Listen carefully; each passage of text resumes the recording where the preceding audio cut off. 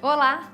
Sejam bem-vindos ao Programa de Educação Financeira nas Escolas, onde os alunos aprenderão não só a planejar as bases de sua vida financeira, como a viver de modo sustentável. O livro 7 apresenta os conteúdos de educação financeira de 3 formas.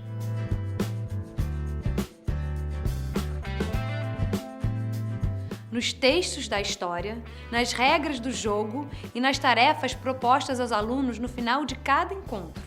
Mas aqui vamos apresentá-los a você no contexto do desenho conceitual que organiza todos os conteúdos abordados no programa Educação Financeira nas Escolas.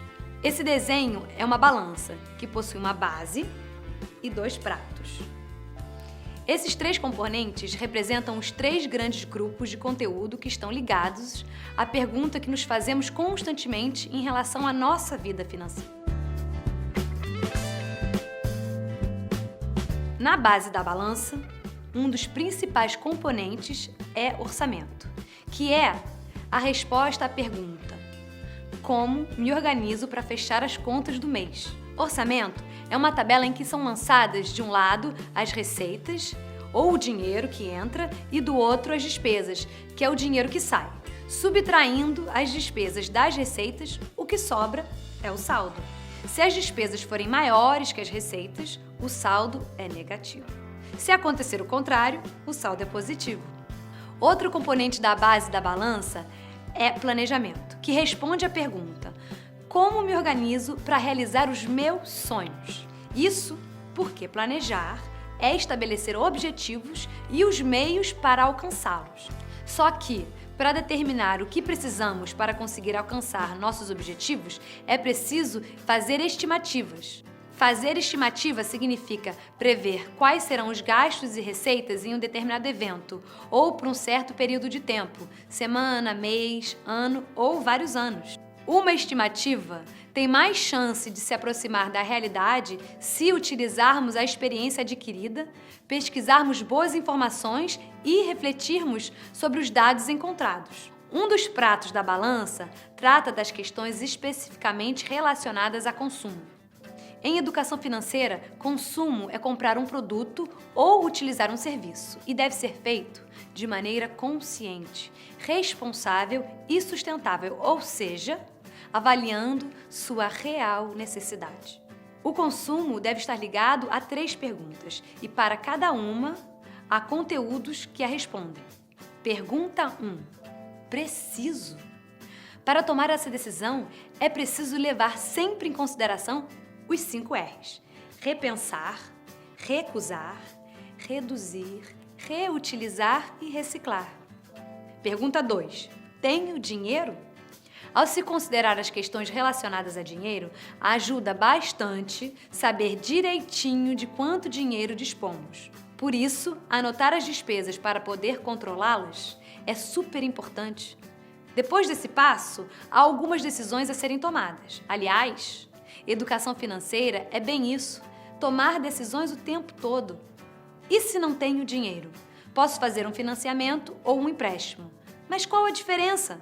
Financiamento é uma operação de crédito que tem um bem específico como garantia, como um carro ou um apartamento. Quando compramos alguma coisa a prazo, fazemos um financiamento e pagamos o que ficamos devendo acrescido de juros. A garantia é o bem que compramos. Se não pagarmos o que ficamos devendo e os juros, perdemos o bem. Empréstimo é quando uma pessoa toma um dinheiro com uma instituição financeira, normalmente um banco ou uma financeira, sem dar um bem como garantia. Desse jeito, o empréstimo normalmente é mais arriscado e os juros cobrados são geralmente mais altos. Tenho que pagar juros? O que é isso? Quem pega dinheiro emprestado, seja fazendo um financiamento ou um empréstimo, tem que pagar o que deve mais os juros estabelecidos pela instituição. Sabe por quê? Porque os juros são uma espécie de aluguel do dinheiro, o preço que pagamos por usar um dinheiro que não é nosso. A taxa de juros é a remuneração do dinheiro no tempo. Quanto maior o prazo de financiamento, maiores serão os gastos com juros. Pergunta 3. Tem que ser hoje? Essa última pergunta, ligada ao consumo, se relaciona a uma porção de armadilhas psicológicas que são atitudes e hábitos inadequados que causam problemas financeiros para as pessoas, em que muitos de nós podemos cair sem perceber.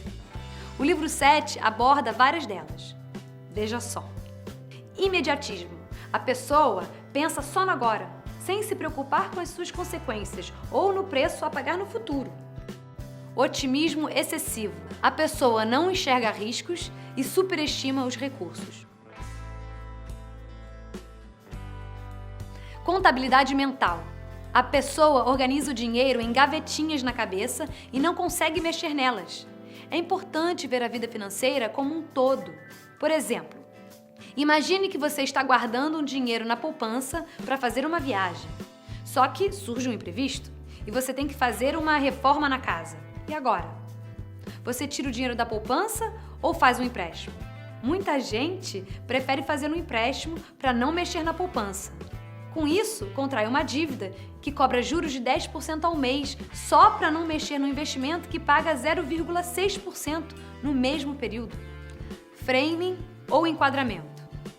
Dependendo da maneira como as informações são apresentadas, o jeito que a pessoa entende pode ser bem diferente, ainda que a mensagem seja a mesma. Quer um exemplo? Compre agora um celular novinho e ganhe 10% de desconto versus o preço do celular baixou de 100 para R$90. A situação é a mesma, mas a primeira frase não te deixa mais inclinada a realizar o negócio? O outro prato da balança é poupança, que é o dinheiro que guardamos para usar no futuro. Ao contrário do que muitos pensam, poupar não é guardar dinheiro que sobrou. Para poupar bem, é preciso ter uma meta, planejar-se para alcançar essa meta e ter disciplina para cumprir o que se planejou. Uma pergunta ligada à poupança é: como faço para o meu dinheiro render? O dinheiro rende quando se faz um investimento. Quem faz o investimento financeiro empresta dinheiro para uma instituição financeira, na maioria das vezes um banco. Essa instituição devolve para quem investiu um valor a mais, como uma recompensa por não poder usar aquele dinheiro para outras coisas enquanto ele estiver investido, como abrir um negócio, comprar um bem, fazer um curso e etc. Não é difícil perceber que se a instituição financeira está lhe pagando um retorno para deixar seu dinheiro com ele, terá que cobrar juros mais altos do que esse retorno de quem pegar o dinheiro emprestado com ela. Essa diferença, o spread entre o valor que a instituição financeira paga e os juros que ela cobra, é a principal fonte de lucro dela. Os investimentos trabalham na relação risco versus retorno. Quanto maior o possível retorno de um investimento, mais se pode perder se o investimento não render o que é esperado. Existem investimentos em aplicações que oferecem pouco risco, mas também pouco retorno. Esse é o caso da conta de poupança. As aplicações mais arriscadas prometem maior retorno. Por exemplo, no mercado de ações compramos uma ação, que é um pedaço de uma empresa, e passamos a correr o risco de perder parte desse valor caso a empresa ou a economia do país enfrente problemas. Se, pelo contrário, as condições forem favoráveis e os prazos de aplicação mais longos, o mercado acionário poderá oferecer maior retorno e razoável grau de segurança frente aos investimentos mais conservadores. Outra pergunta relacionada ao prato da poupança da nossa balança é: como me preparo para o futuro? Uma resposta a essa pergunta refere-se ao patrimônio. Patrimônio é um conjunto de bens de uma pessoa ou empresa que tem valor econômico. Pode ser um imóvel, como a casa própria, bens móveis, como televisão, geladeira, automóvel, investimentos financeiros, como aplicações em ações ou fundos de investimento. Como posso proteger o meu patrimônio?